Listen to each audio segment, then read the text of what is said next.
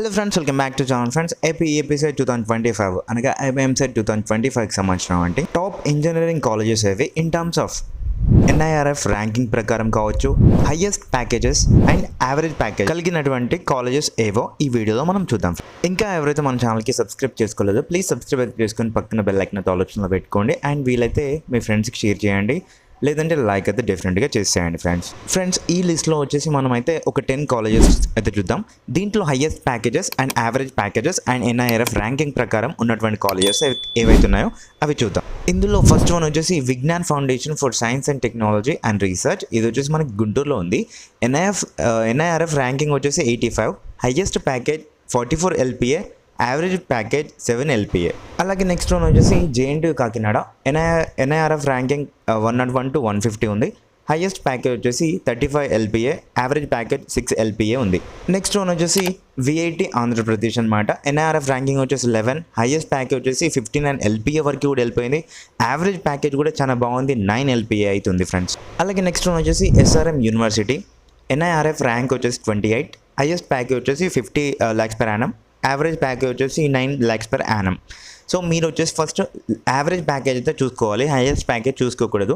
Average package బాగుంటే it's okay, పర్లేదు. అలాగే నెక్స్ట్ వన్ వచ్చేసి Shri Venkateswara college of engineering. NIRF ranking వచ్చేసి 101 to 200, హైయెస్ట్ ప్యాకేజ్ వచ్చేసి 46 LPA, యావరేజ్ ప్యాకేజ్ వచ్చేసి 5.7 LPA అవుతుంది. నెక్స్ట్ వన్ వచ్చేసి MB college of engineering. NIRF ranking వచ్చేసి 151 to 200, హైయెస్ట్ ప్యాకేజ్ వచ్చేసి 60 lakhs per annum, average package వచ్చేసి 6 lakhs per annum ఉంది.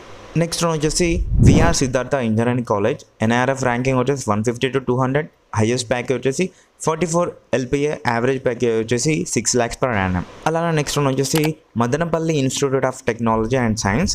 దీని యొక్క ఎన్ఐఆర్ఎఫ్ ర్యాంకింగ్ వచ్చేసి 251 to 300, హైయెస్ట్ ప్యాకేజ్ వచ్చేసి 24 LPA, యావరేజ్ ప్యాకేజ్ వచ్చేసి 5.1 LPA అవుతుంది. నెక్స్ట్ వన్ వచ్చేసి Gayatri Vidya Parishad college of engineering. NIRF ranking వచ్చేసి 150 to 300, హైయెస్ట్ ప్యాకేజ్ వచ్చేసి 44 lakhs per annum, average package వచ్చేసి 7 lakhs per annum అయితే ఉంది. అలాగే 10th one, the last one చూసుకున్నట్టయితే మనకి AU college of engineering. NIRF ranking వచ్చేసి 94, హైయెస్ట్ ప్యాకేజ్ వచ్చేసి 84 lakhs per annum, average package వచ్చేసి 8 lakhs per annum. సో ఇవన్నమాట మనకి ఫస్ట్ కా నుంచి చూసుకున్నట్టయితే మనకి ఫస్ట్ వన్ వచ్చేసి విజ్ఞాన్ ఫౌండేషన్ ఫర్ సైన్స్ వచ్చేసి మనకి గుంటూరు, సెకండ్ వన్ వచ్చేసి జేఎన్టీయూ కాకినాడ, థర్డ్ వన్ వచ్చేసి VIT Andhra Pradesh, SRM university next one.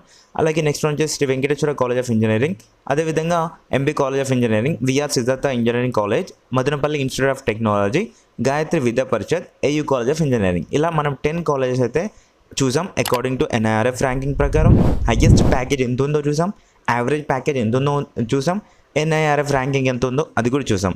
So మనకి ఈ విధంగా తెలుసుకుంటే ఏమవుతుందంటే, సో మీకు ఒక కాలేజ్ ఏదైతే మీరు చూసుకుంటారో ఆ కాలేజీలో ఈ యొక్క 3 అయితే చూసుకోవాలన్నమాట. ఇందులో ముఖ్యంగా చూసుకోవాల్సింది ఏంటి అంటే యావరేజ్ ప్యాకేజ్ ఎంత ఉంది. సో మనం హైయెస్ట్ ప్యాకేజ్ అయితే చూసుకోకూడదు. హైయెస్ట్ ప్యాకేజ్ వచ్చేసి ఎవరికి ఒక్కరికి వస్తుంది అనుకోండి.